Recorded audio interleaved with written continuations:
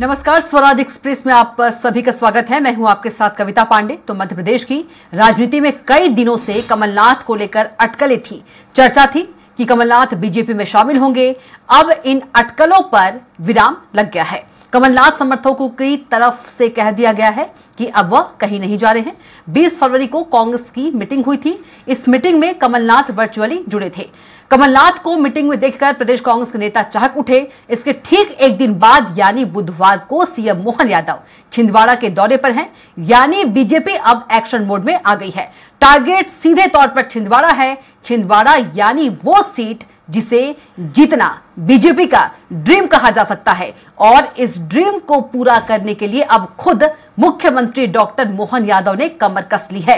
लेकिन देखना दिलचस्प होगा कि बीजेपी कांग्रेस के हिस्से की इकलौती सीट को जीतकर कैसे अपना टारगेट 29 पूरा करती है। पहले देखिए छिंदवाड़ा के समीकरण पर रिपोर्ट, बाद में इसी पर चर्चा करेंगे। जुड़ेंगे कुछ खास मेहमानों के साथ। मुख्यमंत्री डॉक्टर मोहन यादव आज छिंदवाड़ा को करोड़ों की सौगात देने जा रहे हैं। यहाँ वो रोड शो, सभा और विकास कार्यों का लोकार्पण भी करेंगे। कमलनाथ के बीजेपी में जाने की अटकलों और फिर उस पर विराम लग जाने के बाद चर्चा है कि बीजेपी ने अपना पूरा फोकस अब कमलनाथ के गढ़ पर कर दिया है। ये मध्य प्रदेश की इकलौती सीट है जिस पर बीजेपी को जीत का इंतजार है। बीते लोकसभा चुनाव में यहाँ से कमलनाथ के बेटे नकुलनाथ ने करीब 37,000 वोटों से जीत हासिल कर कांग्रेस की लाज रख ली थी। लेकिन विधानसभा उपचुनाव में कमलनाथ ने एक बार फिर साबित कर दिया कि छिंदवाड़ा उनका ही गढ़ है।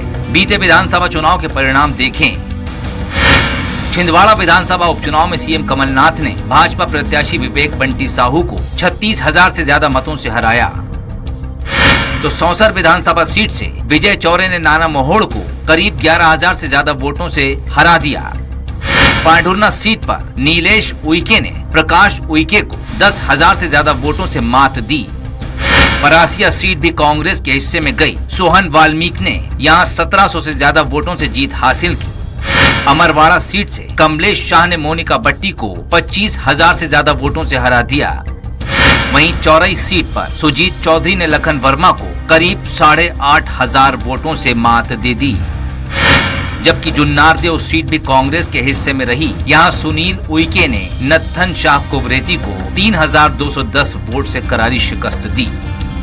पूर्व मुख्यमंत्री कमलनाथ के कांग्रेस छोड़कर भाजपा में शामिल होने के अटकलों के बीच मुख्यमंत्री का ये दौरा महत्वपूर्ण माना जा रहा है। देखना होगा क्या वाकई इस बार बीजेपी कमलनाथ के गढ़ में सेंध लगा पाएगी या फिर कमलनाथ ही छिंदवाड़ा के असली नाथ साबित होंगे। Bureau report, Swaraj express.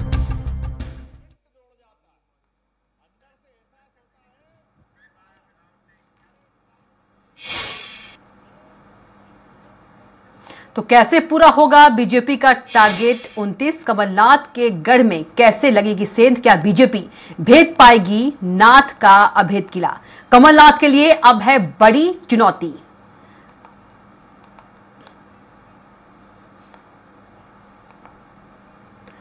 तो कैसे पूरा होगा बीजेपी का टारगेट 29? तो क्या बीजेपी भेद पाएगी?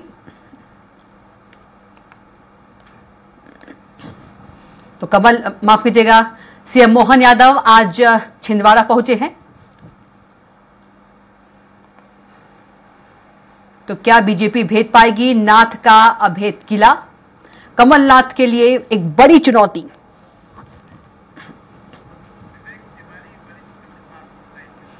और चलिए हमारे साथ बातचीत के लिए वरिष्ठ पत्रकार विवेक तिवारी जी जुड़ गए हैं। विवेक जी, बहुत स्वागत है आपका चर्चा में।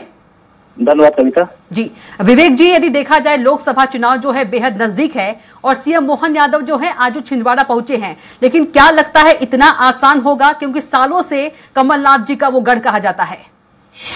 देखिए, टारगेट बीजेपी का टारगेट 29 है और इस टारगेट 29 की जो तैयारी है वो विधानसभा चुनाव से ही तैयार हो चुकी थी।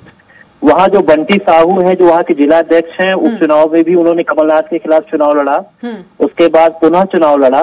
तो जो कमलनाथ जी के जीत का जो अंतर था वो लगातार क्या हो रहा है, कम हो रहा है। वहाँ पर नकुलनाथ जी ने वहाँ लोकसभा चुनाव जो जीता और उसके पहले जब कमलनाथ जी चुनाव जीतते थे लोकसभा का, तो वहाँ पर भी जीत का अंतर अब कम होता जा रहा है लगातार। तो कहीं न कहीं बीजेपी ने छिंदवाड़ा में मजबूती तो बनाई है जी। और संगठन बेहतर वहां पर हो रहा है। और मोहन यादव जी जब से मुख्यमंत्री बने हैं उन्हें 29 पूरा टारगेट दिख रहा है, 28 सीटें हैं ऑलरेडी, तो वहां पर भी अपनी पूरी रणनीति बना रहे हैं जी। तमाम योजनाओं का जो क्रियान्वयन छिंदवाड़ा में होना चाहिए उसके लिए पूरी रूपरेखा बना रहे हैं जी। और वहां के जो कार्यकर्ता हैं उनमें भी जोश भर रहे हैं जी। ये जो बीडी शर्मा जी की जोड़ी और वर्तमान में मोहन यादव जी की जोड़ी जो कार्य कर रही है प्रदेश में जी, वो पूरी तरह से एक तरीके से कार्य कर रही है जी। और उनका जो रणनीति का हिस्सा है कार्यकर्ताओं में जोश भरना, जनता का विश्वास जीतना जी। क्योंकि छिंदवाड़ा ही ऐसा एक अभेद किला है जो बीजेपी के लिए काफी मुश्किल लंबे अरसे से कर रहा है। 9 बार के सांसद वहां पर रहे हैं कमलनाथ जी, उसके बाद नकुल नाथ जी सांसद बने जी। और अभी हाल ही के दिनों में जिस तरह से बीजेपी में जाने की भी उनकी चर्चाएं हो रही थी, हालांकि उस पर उन्होंने स्वयं विराम लगा दिया कि मैं कहीं नहीं जा रहा हूं, लेकिन मनोवैज्ञानिक तरीके से भी ये जो पूरी तरह से खबरें चलना, उनका स्वागत होना, ये तमाम बातें जो कुछ नेताओं ने की, तो कहा जा सकता है कि पूरा जो घेरा है वो छिंदवाड़ा और महाकौशल का जो क्षेत्र है वहां पर बीजेपी फोकस कर रही है। हाल ही के दिनों में बीजेपी यहाँ पर कमजोर भी हुई है। केंद्रीय मंत्री फग्गन सिंह कुलस्ते मंडला की निवास सीट से चुनाव लड़े थे जी। वहां उनको हार का सामना करना पड़ा था। कांग्रेस की वहां पर जीत हुई थी जी। मंडला की जो 3 सीटें हैं उसमें से आप मानिए कि 2 कांग्रेस की हो चुकी हैं और 1 बीजेपी के पास है। यानी मंडला जो संसदीय क्षेत्र है वीक हुआ है बीजेपी के लिहाज से। बालाघाट में भी कांग्रेस की सीटें आई हैं जी। तो ये जो इलाका है बीजेपी के लिए वीक हुआ है महाकौशल, खासकर लोकसभा की दृष्टि से तो वीकनेस है। तो इस लिहाज से लोकसभा में महाकौशल को मजबूती देना है और जो झाबुआ तरफ जो थोड़ी सी वीकनेस थी उसको भी मजबूत करना है और 29 का टारगेट जो है पूरा बरकरार रखे, यानी कि जो हमें अपनी पुरानी सीटें 28 बरकरार रखनी है और 29वीं जीतनी है छिंदवाड़ा। इसको लेकर पूरी रणनीति है और यही कार्यकर्ताओं का एक पूरा मनोबल का एक तरीका है। आप जानते हैं कि बूथ पन्ना, अर्ध पन्ना, बीजेपी का ये जो संगठनात्मक जो संरचना है काफी मजबूत है और उसी को ये बहुत आगे बढ़ाने की कोशिश बीडी शर्मा कर रहे हैं और मोहन यादव जी जिस तरह से नेतृत्व कर रहे हैं इस समय, जनता के बीच जा रहे हैं, जनता से संवाद स्थापित कर रहे हैं और अब उनका हाल ही में फिर छिंदवाड़ा दौरा, ये तमाम चीजें बताती हैं कि बहुत ही अच्छी रणनीति के तहत बीजेपी बढ़ना चाहती है 29 सीटों को पाने के लिए और छिंदवाड़ा उसमें बेहद प्रमुख है। जी बिल्कुल। विवेक जी हमारे साथ शशिकांत शुक्ला जी भी जुड़ गए हैं, बीजेपी प्रवक्ता हैं, और रामदास यादव जी भी जुड़ गए हैं, कांग्रेस प्रवक्ता है। सबसे पहले रामदास यादव जी के पास चलते हैं। रामदास जी, आज सीएम मोहन यादव छिंदवाड़ा पहुंचे हैं, क्या लगता है कांग्रेस के लिए बड़ी चुनौती? सालों का मिथक जो है वो टूटेगा कि फुल कॉन्फिडेंस है कांग्रेस को? कांग्रेस के लिए कोई चुनौती नहीं है और हम तो कहते हैं प्रधानमंत्री को और मुख्यमंत्री जी को अगर इतना विश्वास है तो वो ईवीएम मशीन को हटाकर और बैलेट पेपर पर चुनाव करा के देख लें, दूध का दूध पानी का पानी हो जाएगा। जी नहीं, मेरा सवाल है कि क्या जो कांग्रेस है फुल कॉन्फिडेंस में है क्योंकि सीएम मोहन यादव पहुंचे हैं और सालों से जो है कांग्रेस की सीट रही है, कांग्रेस की जीत होते आई है छिंदवाड़ा से? नहीं, सीएम मोहन यादव छिंदवाड़ा पहुंच जाए, सीएम साहब पहुंच जाए, हम पूरे कॉन्फिडेंस में हैं और हम मध्य प्रदेश में लगभग बहुमत में हम सीटें जीतेंगे और छिंदवाड़ा भी हम भारी बहुमतों से हम चुनाव जीतेंगे। लेकिन बीजेपी का टारगेट है 29। बीजेपी का तो टारगेट हमेशा ये रहा है कि मतलब ऐसे हमेशा वो निर्धारित करते हैं तो हम लोग को तो मनोदशा तरीके से ये समझ में नहीं आता कि तीनों से सेट होकर ये तैयारी करते हैं, इनके पीछे कोई इंजीनियर है वो आते हैं। क्योंकि इसमें हमने ये भी देखा तो पूर्व के चुनावों में कि आपके जो रिजल्ट हैं, मीडिया के रिजल्ट है, वो भी फीके पड़ गए इनके सामने। तो जी बिल्कुल, हमारे साथ बीजेपी प्रवक्ता शशिकांत जी भी है। शशिकांत जी, बहुत स्वागत है आपका चर्चा में। थैंक यू जी। शशिकांत जी, रामदास जी कह रहे हैं कि फुल कॉन्फिडेंट में है हम, चाहे सीएम मोहन यादव चले जाए चाहे पीएम चले जाए। अब देखिए, कांग्रेस तो अब इसी तरह जो बयान हवाई दे रही है हम फुल कॉन्फिडेंस में। अभी कांग्रेस विधानसभा में सुपड़ा साफ हो गया, इसके बाद अब उनके पास बचा क्या ये कहने को कि हम फुल कॉन्फिडेंस में है क्या? किसी ने कहा है कि देखो ये दृष्टि द्रौपदी को दांव पर धर रहे, अब बचाए किस्मत आजमाने के लिए। अब कांग्रेस पर बचा क्या है? ईवीएम मशीन की आड़ में बचना चाहते। ईवीएम मशीन तेलंगाना में अच्छी है, ईवीएम मशीन हिमाचल में अच्छी है, ईवीएम मशीन कर्नाटका में अच्छी है, और मध्य प्रदेश में हटा दो तो हम जी चाहिए, वहां लगा दो तो हम जी चाहिए, और मध्य प्रदेश में हटा दो तो हम जी चाहिए। मतलब दोनों तरफ इनके जैसा काम हो, यहाँ बैलेट पेपर पे हो और कर्नाटका में ईवीएम पर हो। अरे आप 60 साल सत्ता पर बैठ के जो आपने जो तानाशाही की है, जो देश के विकास के साथ जो लापरवाही की है, जो गरीबों के साथ आपने खिलवाड़ किया है, जो सड़कें, बिजली, पानी, जो आज व्यवस्था पूरे मध्य प्रदेश में और हिंदुस्तान में दिख रही है, देश की सुरक्षा से खिलवाड़ किया है, दलाली की है, विदेशों में देश का कोई सम्मान बढ़ाने की कोशिश नहीं करी, कोई सड़कें बनाने की, नेशनल हाईवे बनाने की, एक्सप्रेस वे बनाने की, जितना कुछ सालों से जो छिंदवाड़ा की सीट है वो कांग्रेस के पास है, तो क्या लगता है कितना कठिन होगा? देखिए, ये सीट का अंतर मात्र 35-36 रह गया है, और अभी बंटी साहू जी ने भी जबरदस्त प्रदर्शन किया था जी।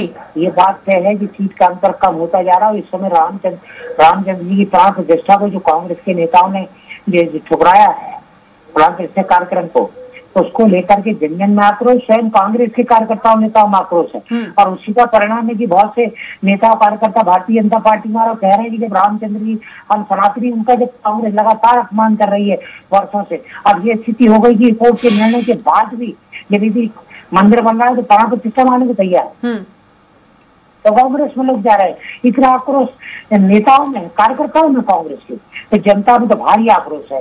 और रामचंद्र जी का मंदिर बनाते राम की लहर चल रही है, और इस लहर में 35,000 की लीड का कोई पता नहीं लगेगा साहब। आप देख लेना, इस बार छिंदवाड़ा में इतिहास रखा जाएगा, भारतीय जनता पार्टी फिर जीतेगी पटवाई जी के बाद।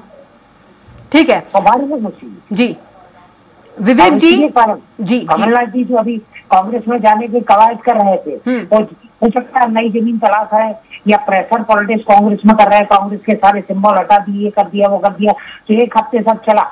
इससे ये बात तय है कि वो पलटी मारी नहीं मारी वो अलग विषय है, दूसरी पार्टी में गए नहीं गए अलग विषय। भारतीय जनता पार्टी को कोई फर्क नहीं पड़ता, स्टेट में भारी बहुमत से 400 सीट से ऊपर हम केंद्र में ला रहे हैं, मोदी जी के नेतृत्व में हमारे पक्ष में लहर पूरे देश में बह रही, तो हमें कोई फर्क नहीं कमलनाथ जी आए ना। पर हाँ, ये जरूर है कि कमलनाथ जी का जो संदेहात्मक स्थिति कांग्रेस के अंदर बन गई, पूरे हिंदुस्तान से कह रहे थे, हमारे पास फोन आ रहे हैं, इशारा क्या था कि पूरे हिंदुस्तान। ठीक है शशिकांत जी, हमारे साथ वरिष्ठ पत्रकार विवेक तिवारी जी भी हैं। विवेक तिवारी जी, बार बार जो कांग्रेस है वो ईवीएम पर सवाल उठाती है, हमारे साथ रामदास जी हैं, वो भी उन्होंने अभी फिर से ईवीएम पर सवाल उठाया है। देखिए, ईवीएम के बारे में काफी चर्चा पहले भी हो चुकी है और कई फोरम पे चर्चा हो चुकी है। ये उठता है कि जब एक पार्टी, मैं किसी पार्टी का नाम नहीं ले सकता, निष्पक्षता के साथ बात करूंगा, जब वो जीत जाती है तो वो ईवीएम पे सवाल क्यों नहीं उठाती, और जब वो हार जाती है तो ईवीएम पे सवाल उठाती है। तो हमें ये देखना होगा कि आपका नजरिया क्या है ईवीएम के प्रति। आपको एक समभाव रखना होगा, हर समय आप अपनी बात पर कायम रखें। लेकिन विवेक जी, अगर आप कायम हैं तो लोकतंत्र जीवित है। लेकिन कांग्रेस तो बार बार यही कह रही है कि लोकतंत्र में चुनाव होता है कविता, और उसमें वोटर्स ही सत्ता का जो गणित होता है वो तय करते हैं। अगर उन्होंने गलत वोट नहीं दिया है तो वो सामने आकर बात भी कर सकते हैं, जनता सामने आ सकती है। लेकिन कभी किसी जनता ने ये नहीं कहा कि मैंने यहाँ पर बटन दबाई थी और वोट मैंने यहाँ पर ऐसा हो गया। ठीक है, ऐसा कोई आक्षेप, ऐसा विशेष आक्षेप नहीं आया है। तो ईवीएम पे सवाल उठाना उचित नहीं लगता। कहीं ना कहीं किन्हीं माध्यम से चुनाव होगा। चुनाव आयोग ये चाहता है कि तेजी से चुनाव हो, जल्दी से चुनाव हो और सरलता से चुनाव हो, लिहाजा ईवीएम का उपयोग किया जा रहा है। जल्दी से परिणाम आ जाते हैं और लोगों को भी सहूलियत होती है। इसलिए आधुनिक युग में जिस तरह से आईटी का प्रचलन बढ़ा, उसी प्रचलन में कहीं ना कहीं ईवीएम का प्रयोग किया जा रहा है। आधुनिक भारत जो है होना चाहिए, हमें परिपक्व होना चाहिए, उस दिशा में हम जा रहे हैं। तो इसमें गलत कुछ भी नहीं है ईवीएम पे। जी, जो कांग्रेस है बार बार यही आरोप लगाती है, ये बीजेपी पर जीत का कारण जो है वो ईवीएम है। दिग्विजय सिंह जी की बात करें, दिग्विजय सिंह ने भी डेमो दिखाया था कि ईवीएम के कारण ही जीत हो रही है। देखिए, मैं एक बात बोलूं, जो दोनों जो दल होते हैं उनका एक उनकी रणनीति रहती है जनता को लुभाने की। ठीक है, वो जनता के सामने अपनी अपनी बातें प्रकट करेंगे, लुभाने की बात करेंगे, क्योंकि वहां पर वोट दिया जाता है। वोट अगर दिया जाता है तो वहां पर अपने अपने मुद्दे होते हैं। ये तमाम चीजें राजनीति में होती रहेंगी, उस पर कोई भी विराम नहीं रखता। लेकिन मैं ये मानता हूं कि जिस दिन जनता ये कहने लगे जी, आप मानिए ना, एक समीकरण होता है, भारत की जनता जितनी है उसमें से अगर 70% जनता अगर कहती है, वोटिंग करती है या बात करती है, पत्र लिख सकती है, तमाम चीजें कर सकती है, तो एक ऐसा आप आवाज भी तो उठाइए, एक आवाज बन जाइए कि ईवीएम पे नहीं करना है, स्वयं में वो अलग हो जाएगी। लेकिन जनता तो ऐसा नहीं कर रही है ना। लोकतंत्र में जनता जो कहेगी वही होगा। ये लोकतंत्र है, ये राजतंत्र नहीं है। लोकतंत्र में जनता की सुनी जाएगी। अगर जनता ऐसी कहती तो ईवीएम को अलग कर दीजिए। सिर्फ राजनेता अगर बोलते हैं लेकिन उसका प्रूफ नहीं दे पाते हैं, सुप्रीम कोर्ट में भी जाते हैं, वहां पर भी कोई बात नहीं हो पाती है। ऐसी बातें निकल के सामने नहीं आई ना जी। तो जब ये बातें निकल के नहीं आई तभी तो प्रचलन चल रहा है जी। बिल्कुल, आप कई फोरम पे रख सकते हो, उसका प्रेजेंटेशन दिखा देते हो, सवाल उठा देते हो। सवाल उठाना सभी का हक है लोकतंत्र में, लेकिन प्रैक्टिकल भी हमें सोचना होगा जी। हमें ये सोचना होगा कि हम एक ही बात पर कायम रहें, जिससे जनता का भरोसा भी हमें रहे। तमाम योजनाओं को ऐसा क्रियान्वयन करें, जन भावनाओं को देखें, जिससे कि जनता किसी भी राजनीतिक दल पे भरोसा करे। अगर कोई राजनीतिक दल है जनता का भरोसा जीत रहा है, उसको वोट दे रहा है, तो वो सत्ता में काबिज है।